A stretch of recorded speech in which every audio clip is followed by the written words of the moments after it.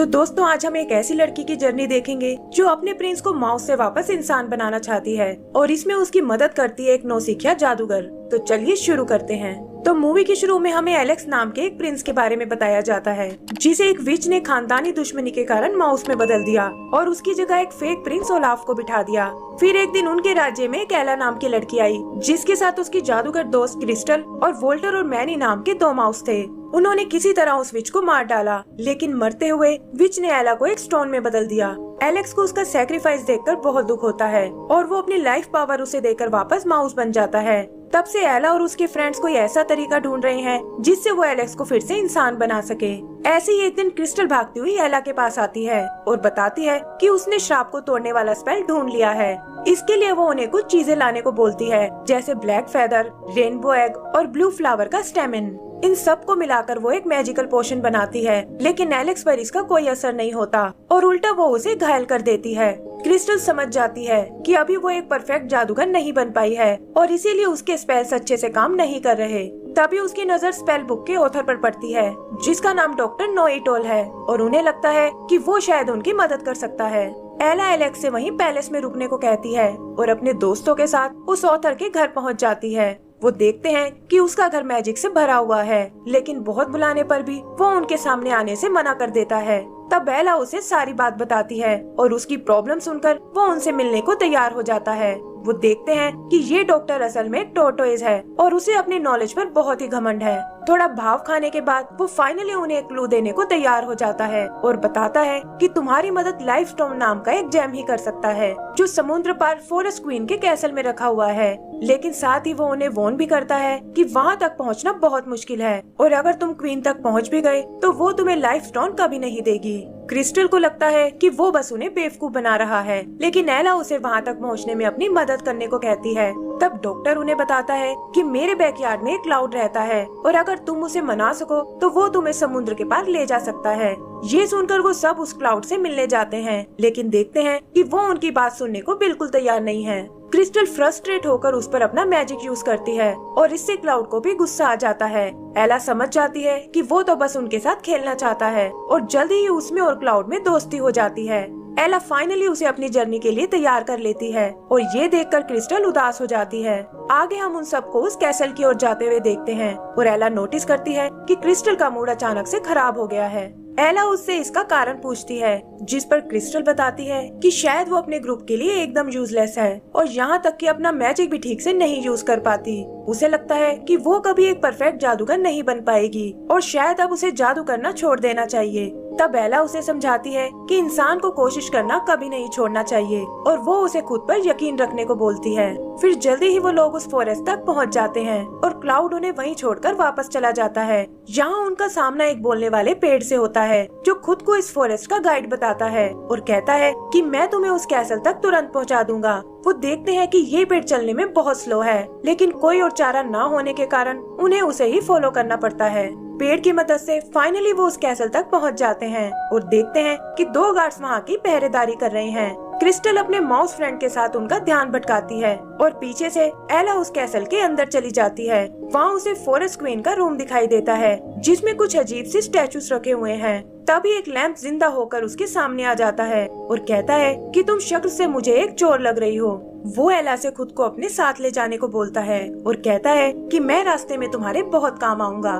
देखते ही देखते वो दूसरे स्टैचूज भी एला से यही रिक्वेस्ट करने लगते हैं, जिसमें एक जीनी और एक मैजिकल कारपेट भी है। फिर एला गलती से एक मैजिकल पेंटिंग में चली जाती है और एक के बाद एक उसे वहाँ कई खतरों का सामना करना पड़ता है। तभी उन्हें फॉरेस्ट क्वीन के आने की आवाज सुनाई देती है और एक लेडी एला को पेंटिंग से बाहर निकाल देती है। लैंप उसे जल्दी से एक अलमारी में छुपने को कहता है और तभी क्वीन अपने रूम में आ जाती है। वो समझ जाती है कि यहाँ जरूर कुछ गड़बड़ हुई है और अपने मैजिक से एला को अलमारी से बाहर निकाल देती है। वो एला से इस तरह यहाँ आने का कारण पूछती है और तभी उसे ढूंढते हुए क्रिस्टल और वो माउस वहाँ आ जाते हैं। क्वीन को लगता है कि ये सब शायद यहाँ चोरी करने आए हैं और वो एक एक करके उन सबको कैद कर लेती है। तब एला उसे बताती है कि हम तो यहाँ उस लाइफ स्टोन को लेने आए थे ताकि अपने फ्रेंड एलेक्स की मदद कर सकें। लेकिन फॉरेस्ट क्वीन उन्हें बताती है कि तुम लोगों ने यहाँ आने में देर कर दी, क्योंकि लाइफ स्टोन को तो डेजर्ट क्वीन ने पहले ही चुरा लिया है। तब एला उससे एक डील करती है कि अगर हम लाइफ स्टोन को वापस ले आए तो आप हमें उसे अपने फ्रेंड पर यूज करने दोगी। फॉरेस्ट क्वीन उन्हें समझाती है कि डेजर्ट क्वीन बहुत ही खतरनाक है और तुम लोग उसका मुकाबला नहीं कर पाओगे, लेकिन एला पीछे हटने को बिल्कुल तैयार नहीं होती। लैम्प और बाकी स्टैचूज भी क्वीन को उनका ऑफर एक्सेप्ट करने को कहते हैं और कुछ सोचकर वो उनकी बात मानने को तैयार हो जाती है। फिर वो उन्हें आगे जाने के लिए एक मैप देती है और लैम्प को एक कड़े में बदलकर एला के हाथ पर बांध देती है ताकि वो उन सब पर नजर रख सके। आगे का सीन डेजर्ट कैसल का है, जहाँ ओलाफ इस सारे प्लान की जानकारी डेजर्ट क्वीन को देता है, लेकिन उसे लगता है कि वो बच्चे उसका कुछ नहीं बिगाड़ पाएंगे। तब ओलाफ कहता है कि आपको अपनी आर्मी के लिए एक जादूगर की जरूरत थी और मैं क्रिस्टल को बहलाकर आपके पास ला सकता हूँ। बदले में आपको मेरा किंगडम पाने में मेरी मदद करनी होगी और डेजर्ट क्वीन भी इसके लिए तैयार हो जाती है। इधर आगे बढ़ते हुए एला को एक शॉर्टकट नजर आता है, लेकिन क्रिस्टल को लगता है कि उन्हें इस रास्ते पर आगे नहीं जाना चाहिए। वो अपने मैजिक से इधर उधर खतरा ढूंढने लगती है, लेकिन एला उसे समझाती है कि तुम बेवजह ही ओवर रिएक्ट कर रही हो और हर जगह मैजिक यूज करने की कोई जरूरत नहीं है। इस बात को लेकर उन दोनों में बहस हो जाती है और क्रिस्टल गुस्से में उन्हें छोड़कर चली जाती है। यही हम ओलाफ को देखते हैं जो छुप कर उन पर नजर रख रहा था और वो क्रिस्टल से मिलने उसके पीछे जाता है। आगे एला और उसके साथियों को एक हट दिखाई देती है जिसमें ढेर सारा खाना रखा हुआ है। तभी एक पिंजरा एला को कैद कर लेता है और पता चलता है कि ये एक शैतान बिल्ली का घर है। वो वोल्टर को पकड़कर खाने की कोशिश करती है, लेकिन देखती है कि वोल्टर को उसकी बनाई डिशेस बहुत पसंद आई हैं। ये देखकर उसे बहुत खुशी होती है क्योंकि वो हमेशा से एक शेफ बनना चाहती थी, लेकिन कोई भी उसकी डिशेस को पसंद नहीं करता था। एला को ये सुनकर क्रिस्टल का ध्यान आता है और वो सोचती है कि ना जाने वो किस हाल में होगी। उधर ओलाफ क्रिस्टल से मिलने आता है और उसे बताता है कि तुम्हारे दोस्तों को तुम्हारी स्किल्स की कोई कदर नहीं है और अगर तुम डेजर्ट क्वीन के साथ मिल जाओ तो वो तुम्हें एक पावरफुल जादूगर बना देगी। क्रिस्टल भी उसकी चालाकी को नहीं समझ पाती और डेजर्ट क्वीन का साथ देने को तैयार हो जाती है। इधर एला और मौसिस का सामना एक बियर से होता है और इससे पहले कि वो उन्हें चोट पहुंचा पाए, एला उसे अपने यहाँ आने का कारण बताती है। बेयर उसका दोस्तों के लिए प्यार देखकर बहुत इम्प्रेस होता है और कहता है कि मैं तुम्हें यहाँ से सही सलामत जाने दूंगा, लेकिन पहले तुम्हें मेरे लिए एक लेटर पढ़ना होगा। पता चलता है कि ये लेटर उसके भाई ने उसे लिखा था, जिसके साथ काफी टाइम पहले उसकी लड़ाई हो गई थी और अब वो सब कुछ भुलाकर उससे दोबारा मिलना चाहता है।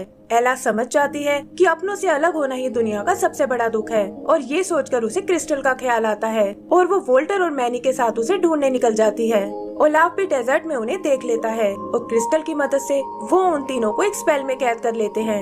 एला भी क्रिस्टल को उसके साथ देखकर बहुत हैरान होती है और उसे समझाती है कि तुम्हें इस आदमी पर विश्वास नहीं करना चाहिए, लेकिन क्रिस्टल पर इन बातों का कोई असर नहीं होता और वो उन्हें धोखेबाज और सेल्फिश बताती है। ओलाफ भी आग में घी डालने का काम करता है और कहता है कि अब तुम्हारी बातों से कोई फर्क नहीं पड़ता और जल्दी ही क्रिस्टल एक पावरफुल जादूगर बन जाएगी। एला एक बार फिर उससे माफी मांगती है और कहती है कि तुम्हारे बिना हम यहाँ तक कभी नहीं पहुँच सकते थे और तुम अभी भी हमारी टीम का एक अहम हिस्सा हो।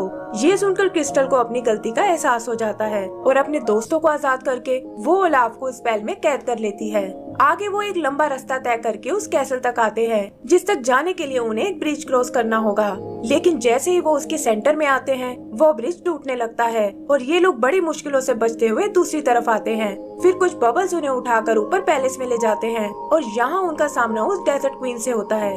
वो उन्हें बताती है कि लाइफ स्टोन से मैं अपने डेजर्ट को हरा भरा करना चाहती हूँ और यही मेरी डेस्टिनी है। एला उससे किसी और तरीके के बारे में पूछती है, जिस पर क्वीन कहती है कि मुझे अपने काम के लिए एक जादूगर की जरूरत है और अगर क्रिस्टल यहाँ रहने को तैयार हो जाए तो मैं तुम्हें वो लाइफ स्टोन यूज करने के लिए दे सकती हूँ। क्रिस्टल उसकी बात मानने को तैयार हो जाती है और एला को समझाती है कि इससे वो एलेक्स को फिर से इंसान बना सकती है और डेजर्ट क्वीन की मदद से उसका बड़ा जादूगर बनने का सपना भी पूरा हो जाएगा। फिर डेजर्ट क्वीन उसके हाथ में वो लाइफ स्टोन देती है, लेकिन पता चलता है कि ये सब उसका एक प्लान था और उसने क्रिस्टल को अपने स्पेल में बांध लिया है। उसे कंट्रोल करके वो एला को पहाड़ी से नीचे गिरा देती है और क्रिस्टल को अपने साथ कैसल में ले जाती है। इधर एला किसी तरह बच जाती है और वोल्टर और मैनी के साथ ऊपर कैसल की ओर चढ़ने लगती है। उधर डेजर्ट क्वीन क्रिस्टल से एक बार फिर सोचने को कहती है और बताती है कि मैं तुम्हारा परफेक्ट जादूगर बनने का सपना पूरा कर सकती हूँ, लेकिन क्रिस्टल ऐसा करने से मना कर देती है। तभी एला और उसके माउस वहाँ आते हैं और क्वीन को बातों में उलझाकर लाइफ स्टोन को चुरा लेते हैं। क्रिस्टल भी स्पेल टूटने से आजाद हो जाती है और वो सब कैसल से बाहर आ जाते हैं। डेजर्ट क्वीन गुस्से में उन पर अटैक करती है, जिसके लगते ही क्रिस्टल एक डॉल में बदल जाती है। एला को ये देखकर बहुत दुख होता है और वो डेजर्ट क्वीन से इसका बदला लेने की सोचती है। डेजर्ट क्वीन उस पर भी अपना स्पेल यूज करने की कोशिश करती है, लेकिन एंड टाइम पर वहाँ फॉरेस्ट क्वीन आ जाती है। फॉरेस्ट क्वीन एला से वो लाइफ स्टोन लाने को कहती है, क्योंकि उसके बिना वो डेजर्ट क्वीन का मुकाबला नहीं कर पाएगी। और ये सुनकर एला तुरंत उसे ढूंढने निकल जाती है। पता चलता है कि वो लाइफ स्टोन मैनी के पास है, लेकिन तभी उनके सामने ओलाफ आ जाता है। वो उनसे स्टोन छीनने की कोशिश करता है, लेकिन एला वहाँ आकर उस स्टोन को पकड़ लेती है। तभी वो माउस ओलाफ पर अटैक कर देते हैं और इसी हड़बड़ी में उनके साथ साथ एला भी पहाड़ी से नीचे गिरने लगती है। लेकिन इससे पहले कि वो लोग नीचे जमीन से टकराएं, क्लाउड वहाँ आकर उन्हें बचा लेता है और बताता है कि डॉक्टर ने उसे उनकी मदद करने भेजा है। फिर वो उड़ते हुए वापस कैसल की ओर आते हैं और देखते हैं कि डेजर्ट क्वीन ने फॉरेस्ट क्वीन को ट्रैप कर लिया है। एला किसी तरह बचते हुए उस स्टोन को फॉरेस्ट क्वीन की ओर उछालती है, लेकिन वो देखते हैं कि डेजर्ट क्वीन भी उसे पकड़ने आ रही है।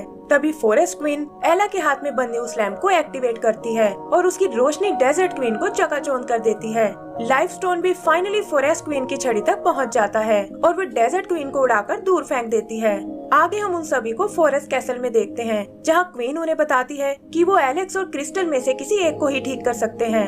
तब एलेक्स उससे क्रिस्टल को जिंदा करने को कहता है, क्योंकि उसकी यह हालत उसी की वजह से हुई है और एला को भी उसकी बात माननी पड़ती है। फिर क्वीन स्टोन की पावर से क्रिस्टल को ठीक कर देती है और हम देखते हैं कि वो इस बार एक नए रूप में है। क्रिस्टल एलेक्स को माउस के रूप में देखकर बहुत हैरान होती है और तब फॉरेस्ट क्वीन उसे सारी बात बताती है और ये सुनकर क्रिस्टल को बहुत दुख होता है। आगे क्वीन उसे बताती है कि लाइफ स्टोन ने तुम्हारी मैजिकल पावर को बढ़ा दिया है, जिससे तुम भी एक परफेक्ट जादूगर बन चुकी हो और अब तुम फिर से अपना पहले वाला स्पेल ट्राई कर सकती हो। क्रिस्टल भी ये सुनकर खुश हो जाती है और अपने दोस्तों से स्पेल की चीजों को फिर से इकट्ठा करने को बोलती है। फाइनली उसके स्पेल से एलेक्स फिर से इंसान बन जाता है और इसी के साथ हमारी ये मूवी भी